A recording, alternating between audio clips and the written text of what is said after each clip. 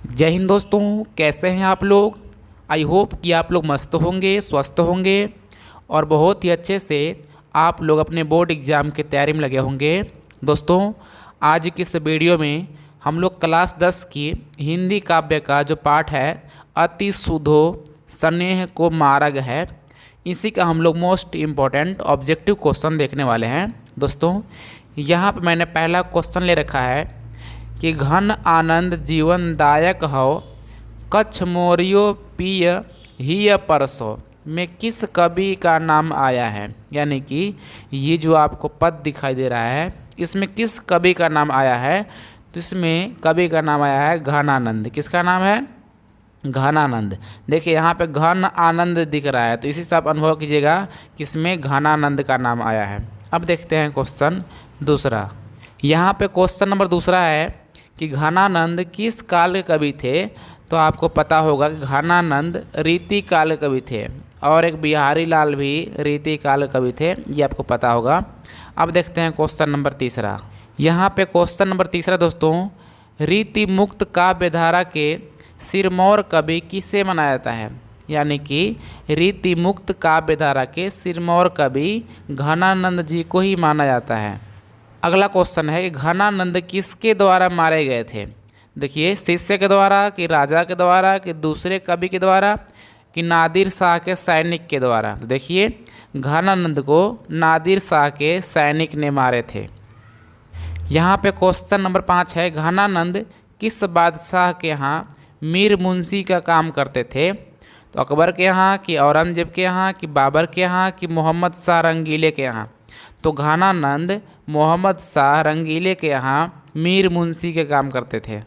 अगला क्वेश्चन है कि घनानंद किस नर्तकी को प्यार करते थे। रसीम बाई को कि रसूलन बाई को कि सृजन को कि सुजान को। तो उन्होंने सुजान को प्यार करते थे। यहाँ पे क्वेश्चन नंबर 7 है कि प्रेम की पीर का कवि किन्हें माना जाता है। यानी कि प्रेम के पीर का कवि किन्हें कहा जाता है। रसखान को कि प्रेम घन को कि मंझन को कि घनानंद को। देखिए, प्रेम के पीर के कवि घनानंद को कहा जाता है। किसको? घनानंद। क्वेश्चन नंबर 8 है, घनानंद किस भाषा के कवि हैं। प्राकृत भाषा के, पाली भाषा के, ब्रज भाषा के, अवधी भाषा के। तो घनानंद ब्रज भाषा के कवि हैं। किस भाषा के? ब्रज भाषा के। अगला क्वेश्चन है, सुजान सागर के रचनाकार कौन है। यानी कि रसखान है, गुरु नानक हैं, प्रेमघन हैं, घनानंद हैं। तो सुजान सागर के रचनाकार भी घनानंद जी हैं। विरह लीला रचित है। यानी कि विरह लीला किसके द्वारा रचित है। रसखान के द्वारा, घनानंद के द्वारा, सूरदास के द्वारा, मीराबाई के द्वारा। तो विरह लीला भी घनानंद के द्वारा ही रचित है। घनानंद का दूसरा पद किसे संबोधित है। यानी घनानंद का जो दूसरा पद है किसे संबोधित है।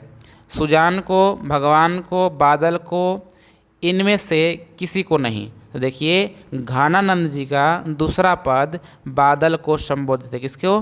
बादल को। क्वेश्चन नंबर 12 है, घनानंद अपने आंसुओं को कहाँ पहुँचाना चाहते हैं। समाज में, बादल के पास, वृंदावन में, सुजान के आंगन में। तो वे अपनी आंसुओं को सुजान के आंगन में पहुंचाना चाहते थे।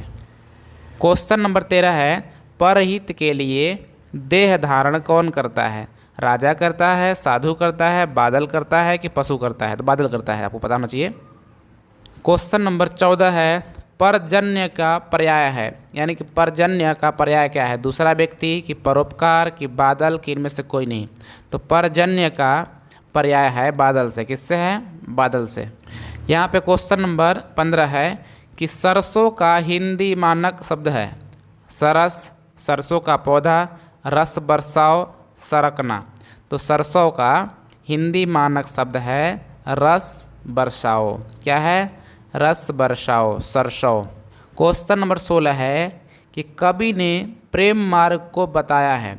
क्या बताया है? सरल एवं निश्चल, जटिल, नीरस, अहंकार युक्त। तो कवि ने प्रेम को सरल एवं निश्चल बताया था। घनानंद ने सुजान कहकर किसे संबोधित किया है। प्रीतम का, सामान्य जन को, साधुओं को, विद्वानों को। तो उन्होंने सुजान कहकर प्रीतम का संबोधित किया है। क्वेश्चन नंबर 18 है, नेकू का आधुनिक मानक रूप है। अच्छा, तनिक भी, कुछ भी नहीं और सबसे सुंदर। तो नेकू का आधुनिक मानक रूप है तनिक भी। क्या है? तनिक भी। क्वेश्चन नंबर 19 है, घनानंद ने जीवनदायक किसे कहा है? यानी कि घनानंद ने जीवनदायक किसे कहा है? सुजान को, ईश्वर को, बादल को, इनमें से किसी को नहीं। तो उन्होंने जीवनदायक बोला है बादल को। यहाँ पे क्वेश्चन नंबर 20 है कि कवि घनानंद ने किस मार्ग को सबसे सरल कहा है? प्रेम मार्ग को। किसको बोला है? प्रेम मार्ग को। यानी कि कवि ने प्रेम मार्ग को सबसे सरल मार्ग कहा है। घनानंद ने विरक्त होने पर अस्थायी रूप से कहाँ निवास किया? हरिद्वार में, अयोध्या में, काशी में, वृंदावन में। तो उन्होंने वृंदावन में निवास किया था। सुजान सागर किसकी कृति है? तो इससे पहले भी एक क्वेश्चन आ चुका है कि सुजान सागर घनानंद की कृति है। यहाँ पे क्वेश्चन नंबर 23 है कि लाक्षणिक, मूर्तिमता और प्रयोगवाच्य के कवि कौन हैं? तो घनानंद जी हैं। यहाँ पे ये वाला क्वेश्चन भी इससे पहले मैं ले चुका था कि रीति मुक्त काव्यधारा के सिरमौर कवि किसे कहा जाता है? तो आपको पता है घनानंद जी को ही कहा जाता है। यहाँ पे क्वेश्चन नंबर 29 है जो कि इम्पोर्टेंट है। जो इससे पहले क्वेश्चन था वो पिछले से मिलता जुलता था, इसलिए मैंने इसको नहीं लिया। क्वेश्चन है, घनानंद की कृति का आधार है, यानी कि उनकी कृति का आधार क्या है? सुजान हित, घन आनंद कवित, ए और बी दोनों, इनमें से कोई नहीं। तो देखिए उनका सुजान हित और घन आनंद दोनों है। तो इस प्रकार से आपका ऑप्शन नंबर सी हो जाएगा, यानी कि ए और बी दोनों हो जाएगा।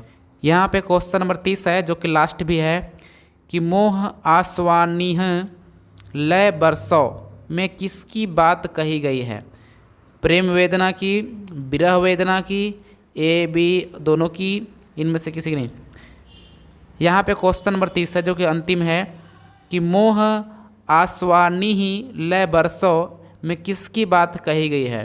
पहला है प्रेम वेदना की, विरह वेदना की, और तीसरा है कि ए और बी दोनों की, और चौथा है इनमें से किसी की नहीं। तो देखिए ये बात थी विरह वेदना की।